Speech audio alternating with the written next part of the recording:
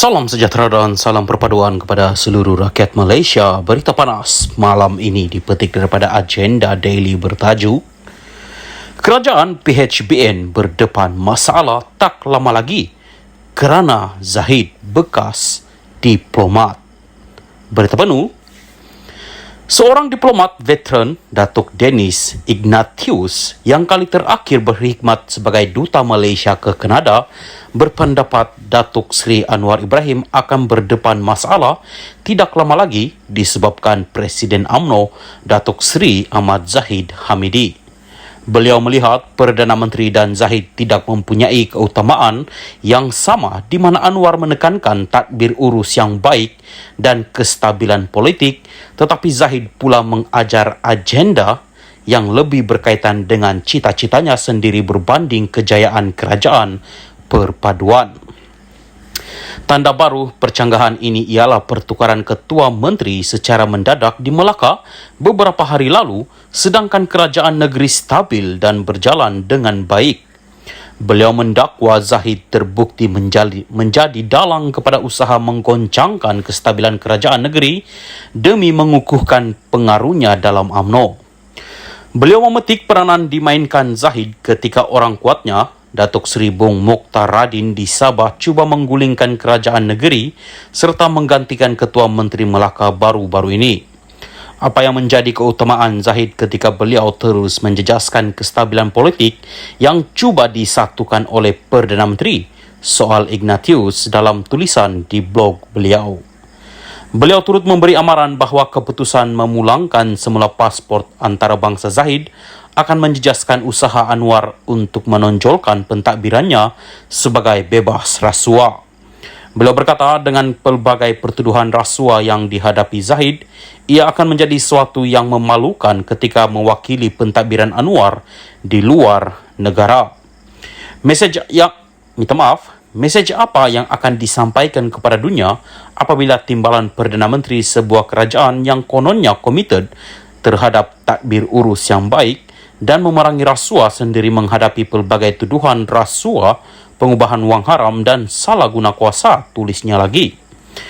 Ignatius turut mengkritik Setiausaha Agung DAP Anthony Loke kerana membenarkan beberapa siri pelantikan politik ke badan kerajaan yang menyaksikan sekutu Zahid menerajui agensi penting seperti MARA dan Felcra.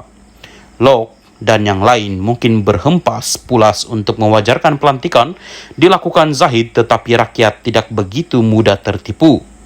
Apa yang mereka lihat hanyalah ahli politik yang berkomplot dan tidak berprinsip yang tidak boleh dipercayai untuk menunaikan janji mereka dan memenuhi cita-cita sendiri, katanya.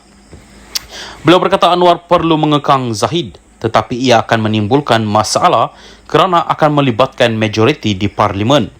Sudah tentu Anwar memerlukan Zahid dan UMNO untuk mengekalkan majoriti yang stabil di parlimen. Untuk mengekalkan Zahid di sisi, Perdana Menteri mungkin merasakan beliau perlu memberi Zahid kebebasan dan kelonggaran termasuk keputusan mencurigakan oleh ROS untuk membantu Zahid tidak dicabar dalam pemilihan UMNO. Dan langkah mengejutkan pejabat peguam negara untuk tidak membantah permohonan Zahid supaya pasportnya dipulangkan kononnya atas alasan bertugas untuk negara, katanya.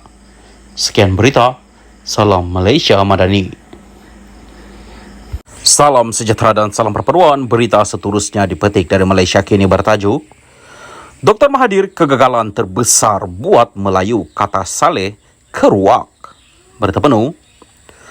Proklamasi Melayu itu cuma tunjukkan Dr. Mahathir adalah kegagalan terbesar tingkat sosioekonomi orang Melayu, kata bekas Ketua Menteri Sabah itu. Pengisytiharan yang dilaungkan oleh Dr. Mahathir Mohamad nampaknya menunjukkan dia adalah kegagalan terbesar dalam mempertingkatkan kedudukan sosioekonomi orang Melayu, kata bekas Ketua Menteri Sabah Saleh Said Keruak. Dia mengulas proklamasi 12 perkara oleh Mahathir itu yang menyalahkan kesusahan ekonomi dan politik kaum itu atas kecuaian pemimpin Melayu sendiri. Dalam erti kata lain, Saleh menyifatkan ia ibarat pengisytiharan yang menuduh diri sendiri kerana ia mencadangkan bahawa Mahathir adalah yang paling cuai daripada semua kepimpinan Melayu itu. Beliau telah menjadi Perdana Menteri selama 22 tahun dari 1981 hingga 2003 dan kemudian selama 22 bulan dari 2018 hingga 2022 dia mengetuai dua kerajaan berbeza tetapi masih gagal. Pengisytiharan itu menunjukkan bahawa penggantiannya Abdullah Ahmad Badawi juga gagal. Orang yang disokongnya untuk menggulingkan penggantinya, Najib Razak, juga gagal. Orang yang bekerjasama dengannya untuk menjatuhkan pengganti kepada penggantinya, Muhyiddin Yassin, juga gagal. Selain menggagalkan dirinya, Mahathir mempunyai peranan penting dalam memilih orang lain yang juga dikatakan gagal dalam mempertingkat nasib orang Melayu. Jadi kesimpulannya, mudah sahaja. Dia adalah kegagalan terbesar, katanya kepada Malaysia kini. Mempertahankan bagaimana pengisytiharan itu mendakwa pilihan raya umum lepas menyaksikan kaum Melayu hilang kuasa politik, Saleh menyoal pemerintahan Mahathir yang tidak dipertikaikan selama lebih 2 dekad. Beliau mengetuai kerajaan yang berjaya dalam semua pilihan raya umum. BN telah menguasai 2/3 daripada kerusi Dewan Rakyat. Walaupun begitu, pengisytiharan itu mendakwa keadaan orang Melayu masih dalam keadaan suram. Jadi apa gunanya kuasa politik itu apabila ia tidak memberi manfaat kepada orang Melayu? Dia tanya. Menurut Saleh, pengisytiharan itu tidak ada kena mengena dengan nasib orang Melayu. Sebaliknya, bagi memastikan Mahathir kekal relevan selepas tewas dalam pilihan raya umum lalu. Namun demikian, bekas Ketua Menteri itu berkata proklamasi itu mencadangkan agar Anwar dan kerajaan gabungannya harus diberi pertimbangan sebagai harapan terbaik kerana gabungan ini belum diuji. Apa gunanya kembali kepada pemimpin seperti Mahathir yang menurut pengisytiharannya sendiri adalah pemimpin cuai yang gagal? Dia tanya. Oleh itu, Saleh berkata jika Mahathir tidak dapat menjadi sebahagian daripada penyelesaian, dia tidak sepatutnya menjadi sebahagian daripada masalah itu.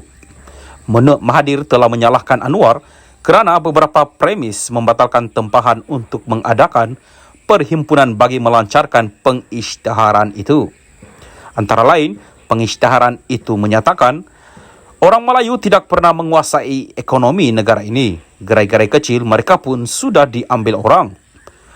Mutakhir, satu-satunya kuasa yang ada yaitu politik yang terlucut dari tangan mereka. Nasib orang Melayu kini dan akan datang tidak lagi dapat ditentukan oleh mereka. Puncanya kerana kecuaian pemimpin Melayu sendiri. Parti Melayu atas nama agama, bangsa dan negara sudah diseleweng menjadi parti untuk memewahkan diri. Rebutan jawatan dan wang telah menjahanamkan perpaduan bangsa Melayu. Lemahnya Melayu sehingga kedaulatan tanah air ini pun bakal terlepas dari tangan mereka. Masa depan Melayu kini amat gelap. Kemiskinan memaksa orang Melayu menjual tanah-tanah mereka.